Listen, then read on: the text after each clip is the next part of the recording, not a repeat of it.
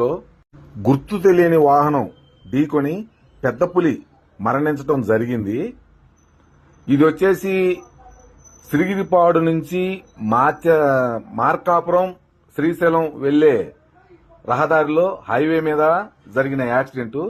అయితే ప్రస్తుతానికైతే పెద్ద పులిని చూడటానికి అధికారులు అంగీకరించడం లేదు. దాని మీద పట్టలు కప్పి ఉంచారు. ఉదయాన్నే అధికారులందరూ చేరుకొని అక్కడ హుటాహుటిన ఈ యొక్క జరిగిన యాక్సిడెంట్ ని గమనిస్తూ ఉన్నారు. ఇంకా కొంతమంది ఫారెస్ట్ అధికారులు రావాల్సి ఉన్నది. మీరు చూసుకున్నట్టయితే రోడ్డు మీద ఇక్కడ